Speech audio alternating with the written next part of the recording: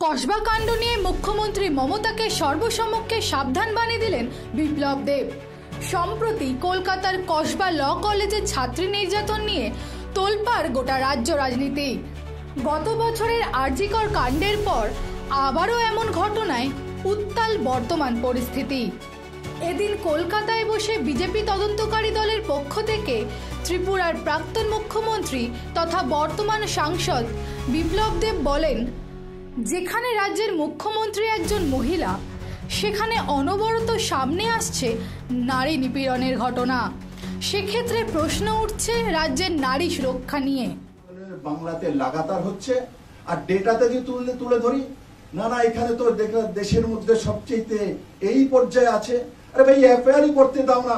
আমরা এত বড় টিম এসছি, বিপ্লব দেব একটা পুরো টিম নিয়ে এসছে, আমরা বলেছি, আমরা মেইল করেছি, তারপর বিজেপি এফআইআর নেয় না রেপ কেসের, তাহলে রাজ্যের হবেটা কি? তার জন্য আমি মমতা ব্যানার্জিকে সাবধান করছি, সাবধান হয়ে যান। এই দেশের মহিলাদের সঙ্গে এভাবে অত্যাচার করা যাবে না।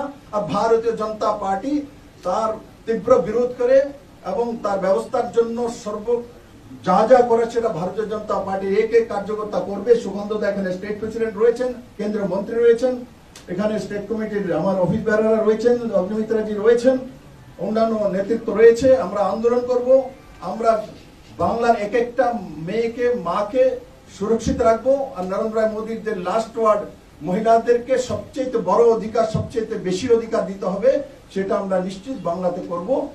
তবে ইতিমধ্যে সোশ্যাল মিডিয়ায় বিপ্লব দেবের ব্যক্তিগত জীবন নিয়ে বেশ কিছু প্রশ্ন উঠেছে, যা বিতর্ককে নতুন মাত্রা দিয়েছে। আনন্দ আর ভালোবাসার দীপ্তিতে গড়া সমুজ্জ্বল পরমা, ঠিক তোমারই মতো। শ্যাম সুন্দর কোম্পানি জুয়েলার্স, আগরতলা, উদয়পুর, ধর্মনগর, কলকাতা।